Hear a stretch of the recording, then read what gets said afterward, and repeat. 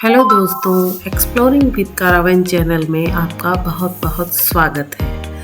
आप देख रहे हैं कि हम निकल पड़े हैं अपनी कारावैन में अपने आसपास के स्थानों को एक्सप्लोर करने के लिए।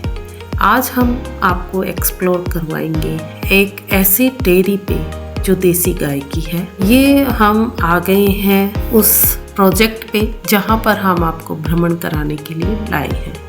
आप देखेंगे कि धोरों वाली धरती, शेखावाटी का एरिया कितना मनमोहक हो जाता है।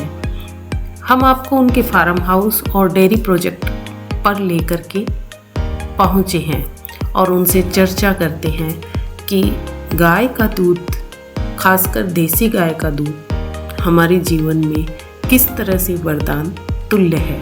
तो आपको उसकी चर्चा के कुछ अंश भी आपको दिखाएंगे और साथ ही इन्होंने अपने फार्म हाउस पर सागवान के पेड़ों की इतना अच्छा वृक्षारोपण कर रखा है कि जिसके अंदर से जब हम गुजरेंगे तो हमें ऐसा एहसास होगा कि हम हिमाचल शिमला में ही कहीं घूम रहे हैं।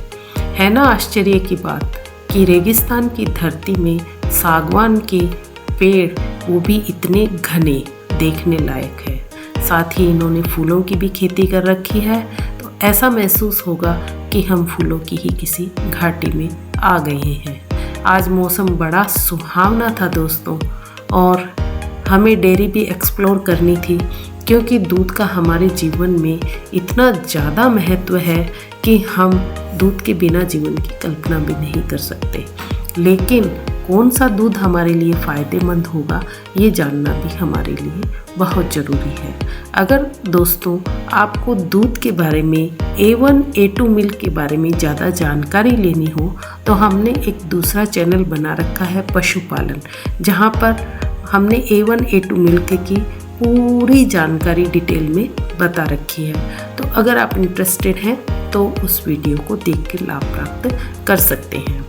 देसी गाय एक वरदान तुल्य है इस धरती पर, क्योंकि इनके द्वारा हमें A2 मिल्क प्राप्त होता है और A2 मिल्क की दूध का जो स्ट्रक्चर है वो ह्यूमन के दूध के स्ट्रक्चर से बिल्कुल सेम टू सेम होने की वजह से हमारे शरीर के लिए बहुत ही स्वास्थ्यवर्धक है। तो डेयरी के मालिक रामकरण जी से हम चर्चा कर रहे हैं, उसके अंश आपको सुनिए, फिर हम आपको इनके फार्म हाउस का भी भ्रमण करवाएंगे। सब्सिडी 1 रुपया भी कहीं से वो नहीं है। कहाँ से लाई ये गायें? जैसे शुरुआत की तो गायें आसपास से खरीदी? ये मैडम एक गाय ढूंढ के गांव में जाके 5-5 दिन वहाँ रह के गाड़ी का डीजल जला के बाद में लाए सब। यानी राजस्थान से या राजस्थान से लाए? राजस्थान से लिया आपने। और इनमें नस्ल कौन कौन सी है? देसी गायें जो नस्ल अपनी ये थार पारकर है और ये थोड़ी सी वो साहिवाल नस्ल है। अच्छा, तो वो साहिवाल की है। एक बछड़ी है, वो तो घर पे तैयार हुई, अभी तैयार कर रहे होगे इनको। बाकी मैं तो क्या है, इनको थार पारकर को ज्यादा महत्व दे रहा हूँ, यहाँ के वातावरण के अपने हिसाब से। थार पारकर सबसे हाँ, ये गर्मी भी सहन कर लेती है, ठंड भी सहन कर लेती है। ये बैल लाए थे हम चांदन से, चांदन रिकॉर्डेड बैल है। और इसके साथ का एक वो साहिवाल बैल भी लाए थे। तो अब साहिवाल गाय कुछ वो लंपी आई थी, उस टाइम पे निकल गई थी, तो दोनों बैल साथ में थे। वो एक उसको हमने गौशाला वाले को दे दिया, हर्ष गौशाला है ना, उसको वो उन्होंने कहा यार कोई कभी गाय ऐसे तो एक बैल दो हमें, अच्छा सा बुल चाहिए। तो मैंने भाई घर पे तैयार किया हुआ है, आप भी ब्रीड सुधार लो।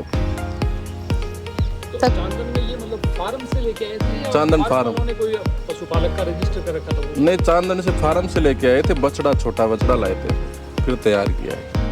ये क्या है मैडम, ये बहुत रोया करती थी जब लंपी में गायें जाती थी ना, मरती थी लंपी आने के बाद में। हम तो रास्ते में बैठे बाद में क्या होता था, ये ऐसे हवा डालती थी गायों के, और वो मतलब उनका तो सिस्टम ही ऐसा था।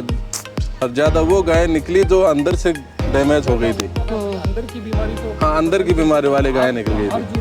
घाव थे ना, हाँ, वो कवर हो गई थी, वो गाय लगभग कवर हो गई थी। जैसे कोई देने वाला बड़ा आदमी हो और वो तो खूंटे से खोलता ही नहीं है, वो तो ज़्यादा रुपए मांगेगा, तो उसको हमें ज़रूरत हो तो ज़्यादा दे के आने पड़ते हैं। हाँ। कोई और ऐसा हो कि ठीक है यार अपने को देनी है, वो दे देता है। बाकी 30,000 से लेके 70,000 75,000 तक गायें खरीदी है मैंने। अब तो मैं नहीं खरीदूंगा तो पता नहीं कितने रुपए की आएगी। ये जुनून है, जैसे बस करना है ये काम, चाहे रुपया बचे या जो भी हो रहा है। तो ये बताओ, तो देसी गाय का जुनून कैसे चढ़ा? ये बताऊँ ना, वहाँ से प्रेरणा मिली थी गाय पालने का। फिर ठीक है, प्रॉफिट में भी आ रही थी, फिर वो लॉकडाउन आ गया और फिर लंपी आ गई। लंपी में क्या है, इनका कोई वो तो था नहीं, टैग वैग, इंश्योरेंस भी नहीं कराई थी, कोई और कुछ करवाया भी नहीं, तो सरकार से हमने पैसा भी 1 रुपया भी नहीं लिया। नहीं तो फिर जैसे गाय निकल गई उनको, तो अब नहीं तो लाए कहाँ से। अपने दूध जैसा माँ का दूध होता है ना, ए2 मिल्क, वैसा ही होता है। हाँ बिल्कुल बिल्कुल वैसा ही होता है। तो माँ का दूध पीते तो इनका ही पीना चाहिए। पहले क्या है, लंपी के बाद में मैंने इरादा बंद कर दिया था कि मैं घर घर दूध बेचूंगा। तो कई लोगों ने कहा, आप जैसों ने, कि यार, मैंने कहा मैं तो 100 रुपये लीटर के लेऊंगा, 150 रुपये लीटर के लेऊंगा। तो उन्होंने कहा यार तू जितना चाहे उतना ले तो ले, जो समझते हैं ए2 मिल्क को। उन्होंने कहा तू दूध तो दे। दूध देने जाता हूँ तो देखता हूँ वो औरतें हैं, आदमी बहुत घमंड से ऐसे केतली लेके निकलते हैं दूध लेने के लिए। जो मेरे को लग रहा है यार मैं अमृत लिए हुए फिर रहा हूँ, ये जहर लेने के लिए समझ नहीं है ना। सुबह सुबह तैयार होके शाम को तैयार होके जा रहे हैं, कितने मरोड़ से जा रहे हैं, अपन कह रहे हैं लोगों को कि यार ये पियो, ये दूध पियो, और ये पी नहीं रहे। वो कहते हैं ना, मांगने से तो मौत भी नहीं मिलती है। हाँ, तो जब खुद को समझ में आएगा ना, जिस दिन A2 A1 मिल्क, उस दिन इसकी डिमांड बढ़ेगी। अभी बहुत शायद करना पड़ेगा। अभी 5% लोगों को ही इसकी जानकारी करते हैं डॉक्टर साहब, पर क्या है फिर वही गराए कि जैसे इतने अभी मिल नहीं रहे हैं। चीज वही है कि अपने पास में मतलब सोना है, लेकिन अगले आदमी वो सोने और पीतल अगले को अपना पीतल ही दिखता है, उसको पीतल ही अच्छा लग रहा है, जो पीतल है बाजार में, उसी से तुलना करता है पीतल से। सोने की पीतल से तुलना कर रहे हैं लोग। पहले भी डॉक्टर साहब देसी गायें हुआ करती थी, और हर घर में ये अमेरिकन गाय मेरे जन्म के बाद में मेरे को देखने को बाद में मिली है। पहले देसी गायें हुआ करती थी और भैंस होती थी घर में। अब इनका लोगों का क्या हुआ, देखो रुझान ये हो गया।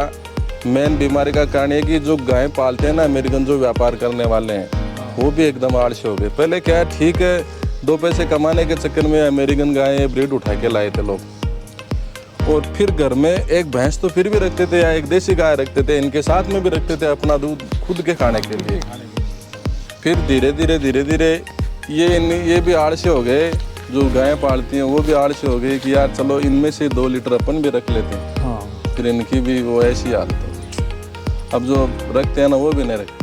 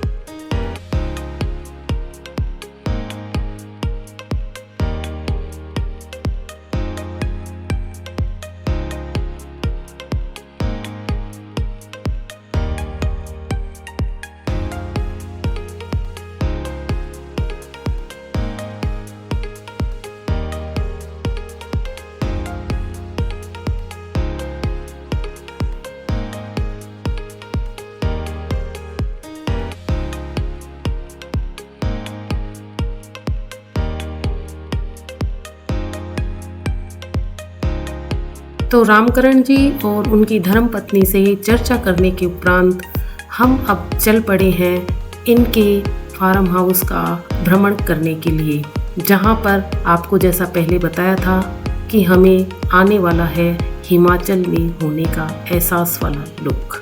ये देखिए, ये हैं सागवान के लंबे लंबे पेड़ जो हमें हिमाचल प्रदेश में देखने को मिलते हैं, और इतना घना इन्होंने वृक्षारोपण सागवान का कर रखा है कि आपको ड्रोन शॉट में दिखाएंगे कि ये एक झुरमुट सा ही दिखाई देता है, नीचे कुछ भी नहीं दिखाई देता।